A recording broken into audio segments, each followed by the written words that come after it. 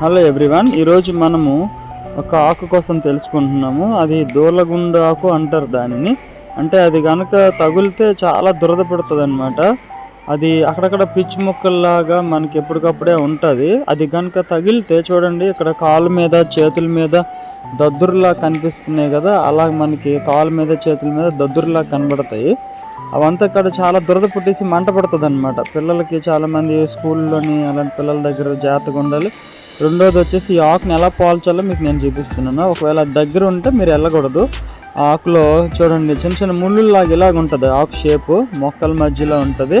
చూడండి, ఆకుని బాగా చూసి మీరు మళ్ళీ వీడియో చూసి మళ్ళీ పోల్చడానికి ప్రయత్నం చేయండి. ఎందుకంటే ఒకవేళ అది కనుక మనం తెలియకుండా పట్టుకున్నా ముట్టుకున్నా ఖచ్చితంగా చాలా ఇబ్బంది పడాల్సి వస్తుంది అనమాట.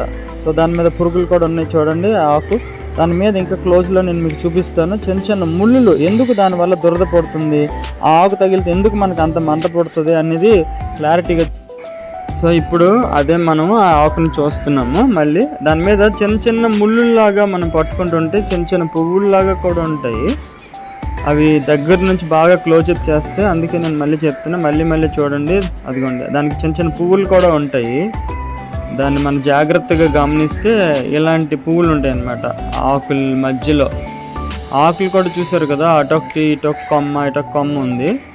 దానికి చూడండి ఇప్పుడు దగ్గరలో ముళ్ళులా కనబడుతున్నాయి చూసారా, అవే మెయిన్ మనకి చర్మంకి తగిలిన దాని అంటే ఖచ్చితంగా చాలా దురద పడుతుంది, చాలా మంట పడుతుందండి.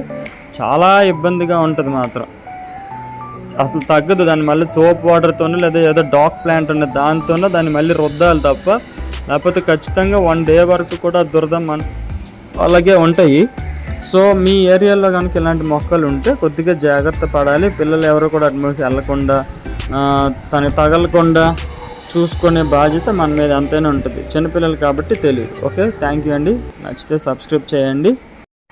మరొక మొక్కకు సంబంధించిన వీడియోతో మళ్ళీ కలుద్దాం.